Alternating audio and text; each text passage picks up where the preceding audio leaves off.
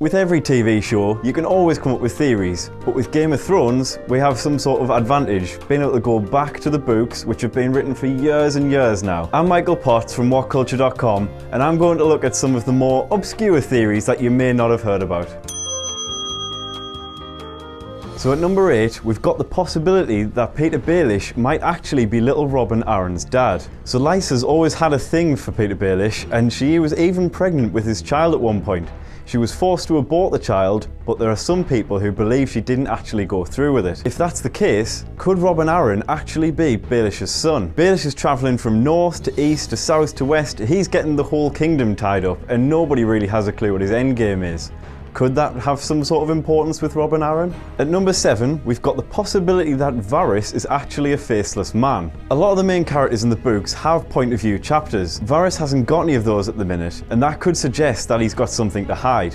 He travelled around for a long time when he was young, and there's plenty of times in the books where characters don't even realise they're talking to this man. They're seeing somebody else. He's in disguise, he is just appearing out of nowhere, and some people have even gone as far as saying that he could be from the Faceless Men, just like Jack and Hagar, who's currently training up Arya in Braavos at the moment. Now number 6, it's a stretch, but could Cersei turn out to be the Night's Queen? Cersei's hanging by a thread in King's Landing at the moment. She's not having a great time at all, to say the least. And there's also the prophecy from Cersei's childhood, which suggests that her 3 children might be soon about to die. When that happens, Cersei is going to be replaced by a younger, more beautiful queen.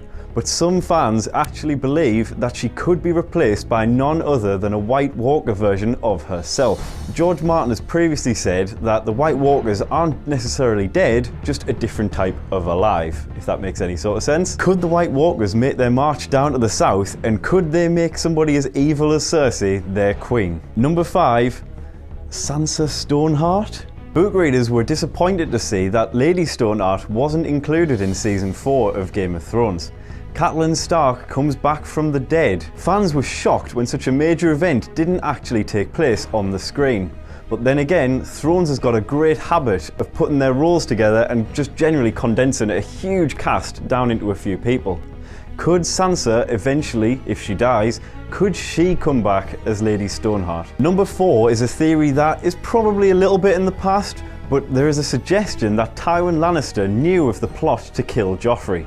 Let's face it, Tywin Lannister was a bit of a boss. He knew exactly what to do. He was just on top of everything, until his death, I suppose. Joffrey made a string of decisions that Tywin just simply wouldn't have gone along with. First, he took Ned Stark's head. Second, he was just running away from the walls back to his mum during the battle. And third, he was just generally a little bit of a maniac, just going about killing whoever he pleased and just hurting people for sport, really. That would have all been too much trouble for Tywin, even if he is such a commanding sort of figure. Tommen is a far easier prospect to control.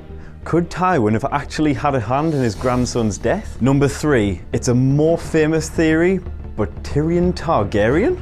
Tywin's always stating, "You're no son of mine," and that he won't get the inheritance of Castle Rock despite no other male heirs being able to take it. Could that be literal, or could that just be Tywin getting angry? There was actually a suggestion that the Mad King Aerys II was actually interested in Joanna, Tywin's wife. From there's even hints that there could have been an affair going on, and if that was the case, Tyrion could have actually been the son of the Mad King. This changed Tywin. He was a totally different man before Tyrion was even born. Could that have been enough for Tywin to totally change his character and totally disregard Tyrion as his son?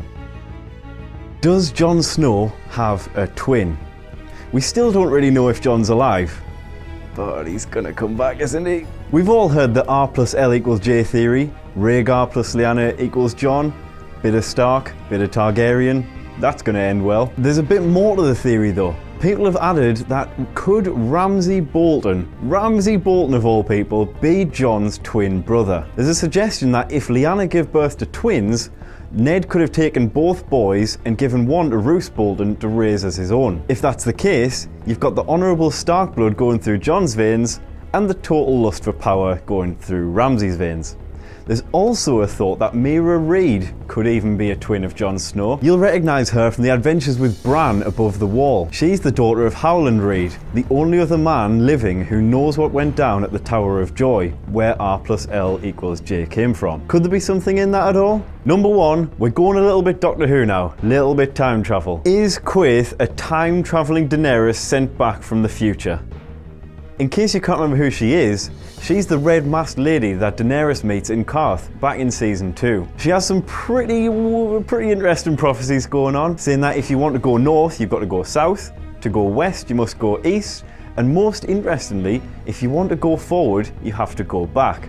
Some fans have taken that a little bit literally and thought, oh, time travel. Could we ever find out who this mysterious figure actually is? So that's our list done, but what theories have you came up with? Everybody's got them, let us know in the comments. Don't forget to like, share and subscribe. You can also follow us on the brand new Whatculture GOT Twitter account. I'm Michael from Whatculture.com, we'll see you soon.